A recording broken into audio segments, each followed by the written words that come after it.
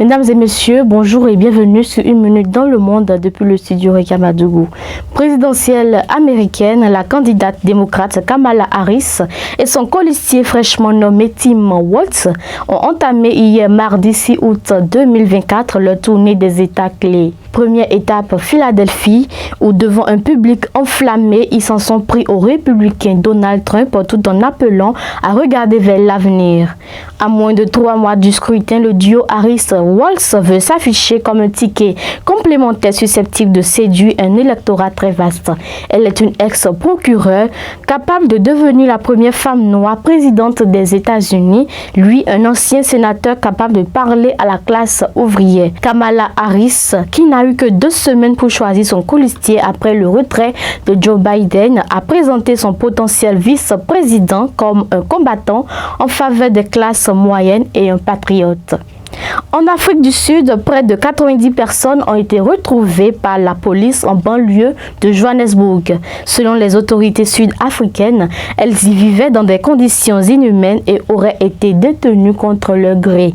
La police sud-africaine était en fait en pleine enquête pour retrouver la trace d'un ressortissant éthiopien enlevé avec une demande de rançon lorsqu'elle a découvert cette maison au nord de la ville le week-end dernier.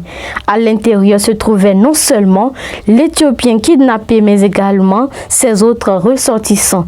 En tout, un peu moins d'une centaine de personnes étaient séquestrées. 2 suspects ont été arrêtés sur place et devraient bientôt être présentés à un juge pour des faits d'enlèvement et de trafic d'êtres humains.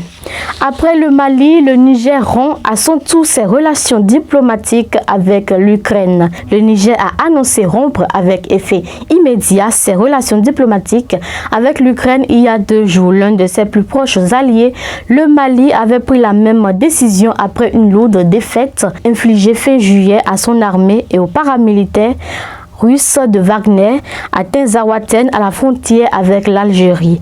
Bamako accuse Kiev d'avoir soutenu des groupes terroristes lors de cette bataille. C'est en solidarité avec le gouvernement et le peuple malien que le Niger rompt ses relations diplomatiques avec l'Ukraine. Dans une déclaration lue à la télévision nigérienne le 6 juillet au soir, le colonel-major Amadou Abdraman, porte-parole du gouvernement, dénonce des actes d'agression caractérisés de la part de Kiev, synonyme selon lui de soutien au terrorisme international. Et pour finir, en Allemagne, un hôtel s'est en partie effondré dans la nuit du mardi 6 août au mercredi 7 août près de Trèves dans l'ouest de l'Allemagne, faisant 1 mort et 8 personnes ensevelies.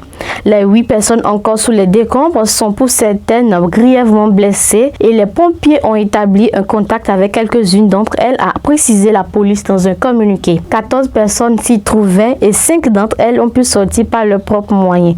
Les habitations à proximité ont été évacuées et les secours ont envoyé environ 250 personnes sur place. Les raisons de l'effondrement sont encore inconnues. Ce sera tout pour cette session d'information. Merci de nous avoir suivis. À demain.